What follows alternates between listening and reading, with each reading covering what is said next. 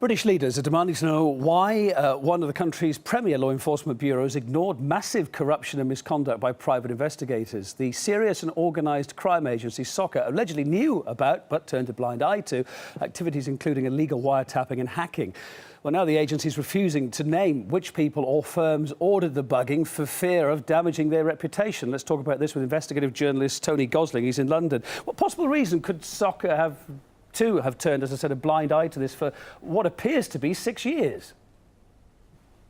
Well, it's an incredible story, this, Kevin, isn't it? Back in the 1970s, we heard that the flying squad, as they were at the time, from Scotland Yard, were rather too friendly with the London's criminal gangs from the East End and used to spend rather too much time down the pubs drinking with them.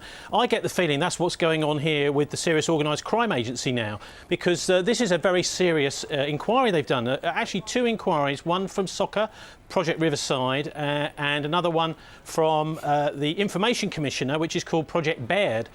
But what's essentially going on is it's quite clear that the hacking inquiry which Lord Leveson conducted is just the tip of the iceberg. There's a massive industry out there of criminals. Actually, what they're doing is posing as private investigators, hacking into lots of databases, mostly government databases where people have given information to government agencies, obviously in confidence, and this information is now coming out. I'm talking about the National Health Service, the police, tax authorities, banks, councils and utility companies. So some of these have been privatised, but most of them are still within the government. Now, when we give, as citizens, these agencies our private details, we expect them to stay private. It's quite clear now that's not been happening.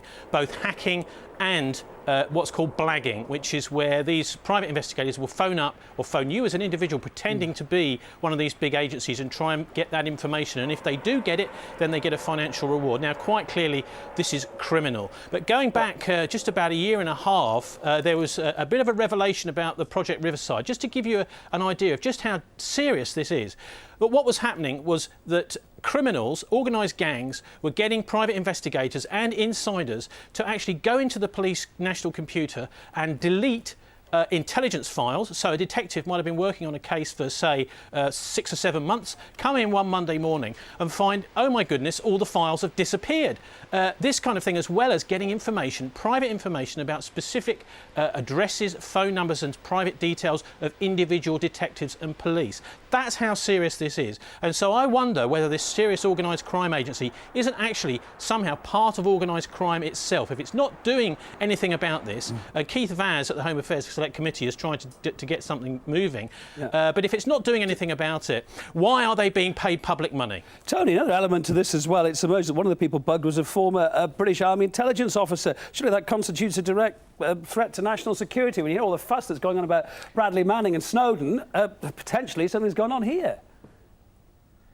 Yeah, it's extremely worrying, and I think this is actually something that it really is about the rule of law, and it indicates the fact that the Serious Organised Crime Agency have done nothing about this. Actually, it looks like all they've been doing is bean counting and collecting this information, but they're not actually prosecuting. Why is this? I mean, one of the previous boss of Serious Organised Crime Agency, Sir Ian Andrews, has said the reason that they don't want to do this is that it could taint big companies' names and the names of powerful people. Well, surely that means that these people are above the law.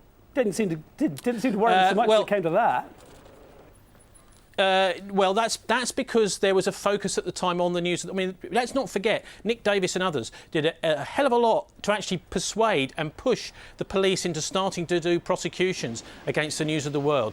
I think that's what we need now, right now, and that's right from the top, from the Prime Minister and from the Leader of the Opposition, to force a Serious Organised Crime Agency to take this evidence that they've got and to use it to prosecute people. Otherwise, Britain is a joke. If there's no rule of law in this country, if these people can continue to get away with it, creating a massive industry, what they're doing is they're actually giving a green light to organised crime. That's a very serious thing to be happening in London, and we need to stop it right now, as Keith Vaz from the Home Affairs Select Committee is trying to do. One final thought. Some of these companies allegedly involved are blue chip companies, very important companies for the British economy. I guess it's also not a good thing to be coming out at a time when the British economy is not in great health anyway, is it?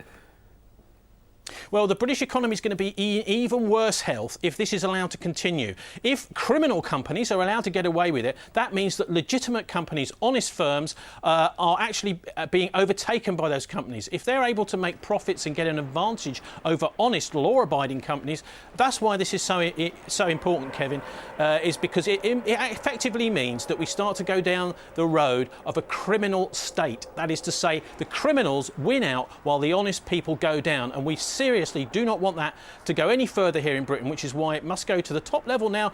The top people, that is to say, Prime Minister and Leader of Opposition, have got to act on this subject right now. We cannot have police doing investigations and then coming back and finding their files deleted. That means there's no rule of law. We can't have that here in Britain, Kevin. Tony Gosling in Bristol tonight, investigative journalist as you are. Thank you for your thoughts.